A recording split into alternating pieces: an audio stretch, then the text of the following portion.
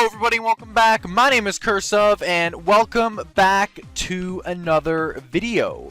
Today we are here for the Casual Tuesday deck profile. For this week, we are getting super close to the Battle City box. Once it does drop, I will be taking a slight break from these casual deck profiles, but until then, they will keep coming out every single Tuesday. So if you guys are excited for some casual deck profiles to keep you guys interested in the speed duel game until the Battle City box release, I highly recommend hitting that subscribe button. And please, if you like this video at the end, also consider hitting that like button, as likes do go a very long way. But without further ado, I am here today with you guys to show you the Gilford the Lightning deck profile. So, for the November 2020 Gilford the Lightning deck profile, the very first card we're going to show off is the skill card here, that being Hidden Parasite. You guys have been in this game for a good while here. Most of you will know what this card does extremely well. Basically, it says you can use it twice per duel, and when you do flip this card up, every single monster on the field becomes an insect type. This alone doesn't amount to much, but there are some very cool combos you can do with this skill card, and naturally our goal of this deck is to get Gilford the Lightning on the field as soon as possible and use its Raigeki effect as often as we can. And in order to do that, Hidden Parasite is the absolutely best skill. It is extremely essential, and you definitely got to go with the skill if you're trying to play Gilford the Lightning. Yes, you could probably argue that maybe you could do a fitting room variant, but I think this variant is more consistent and is overall just better. So the skill here, Hidden Parasite, turning all monsters on the field into insects, is extremely relevant, and definitely the skill you're going to want to use. Going off into the monster cards in the deck, we have, well, you guessed it, 3 copies of Gilford the Lightning. This is the deck's boss monster, this is the deck's win condition, this is the card you need to see as soon as possible, so we do indeed max out on Gilford the Lightning here. This card basically says you can tribute this card using 3 monsters, and if you do, you just get to destroy all your opponent's monsters. It is a board wipe. It is a Raigeki in a monster, and if it was easier to summon, it would be fantastic, but alas, it is not that easy to summon. But this deck helps tremendously with that issue. So 3 copies of Gilford the Lightning to max out on the combo here. Going off into the only other monster in the deck, we have 3 copies of Command Knight. The main relevance here for Command Knight is obviously 1, it buffs your Gilford the Lightning, as it is also a warrior monster, and 2, it has the biggest booty while also still being usable in the game. It cannot be inherently swung over by any non-tribute monster, because the biggest one we have is Charging Gaia, which is 1900, so you should be able to just have someone bonk into your Command Knight, have it remain on the field, and then you should be able to pull off your combo using your Hidden Parasite skill and the next card I am going to talk about here. Moving off into the spell cards of the deck, this is a 2-card combo in order to get out your Gilford the Lightning. I guess it's technically a 3-card combo, but considering the only other requirement is any other monster, it is basically a 2-card combo. Worm Bait. So, you guys have probably never seen this card played in speed duels, potentially. But for turboing out Gilford the Lightning, this is the best possible card ran alongside Hidden Parasite.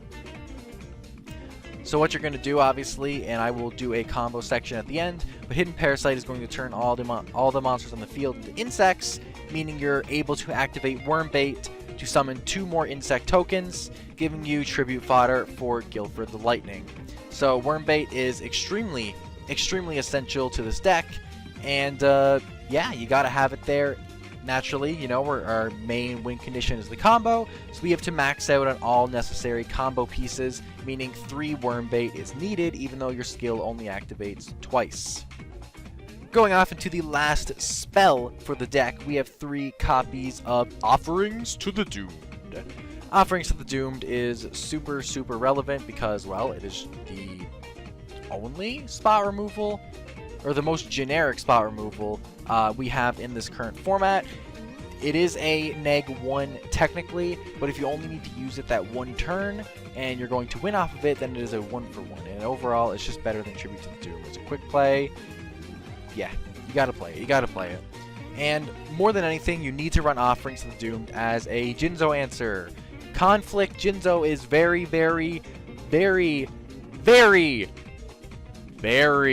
relevant, and it's very scary for this deck, so you need to have your Jinzo answers. You need to have your 3 copies of Offerings to the Doomed.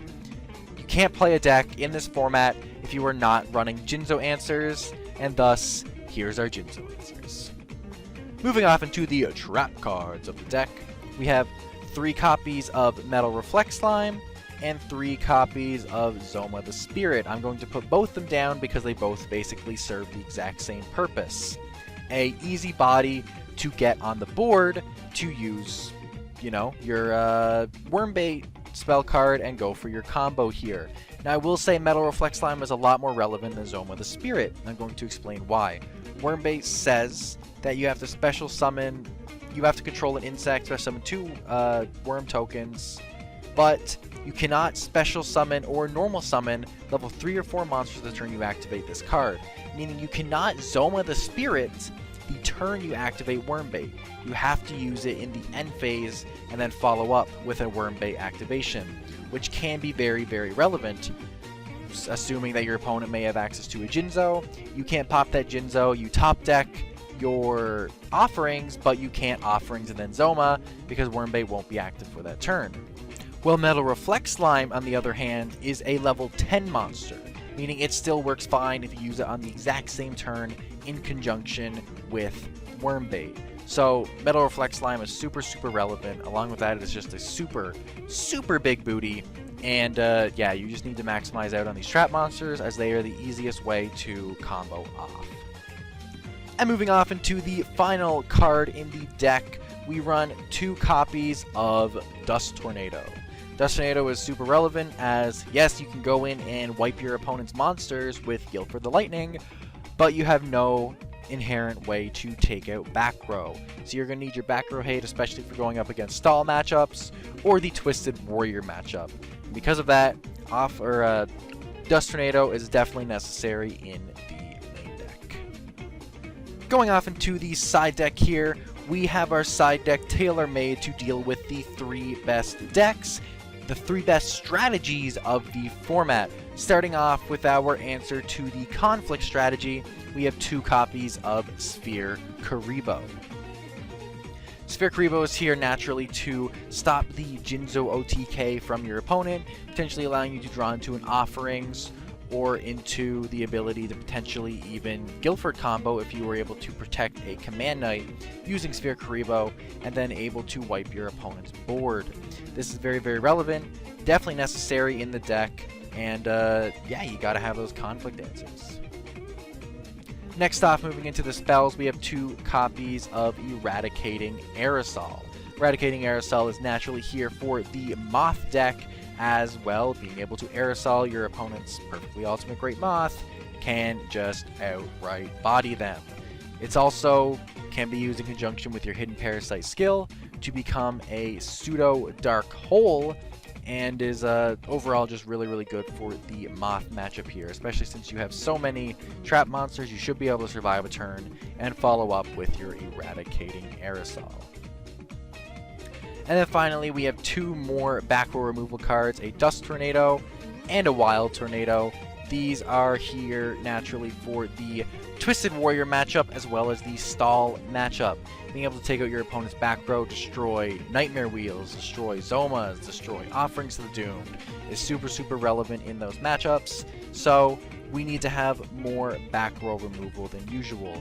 Along with that, your Metal Reflect Slime is more or less pointless in those matchups as, well, he can't be aggro, he can't beat them down, and if you just sit there and let your opponent amass counters off of you and dealing damage to you, you honestly can't win. You have to be very aggro against those decks, you have to try and hit them for big damage, and Metal Reflect Slime really does nothing, but is just a big booty that they can swing into and gain counters off of. So you replace that with your back four removal. Definitely necessary.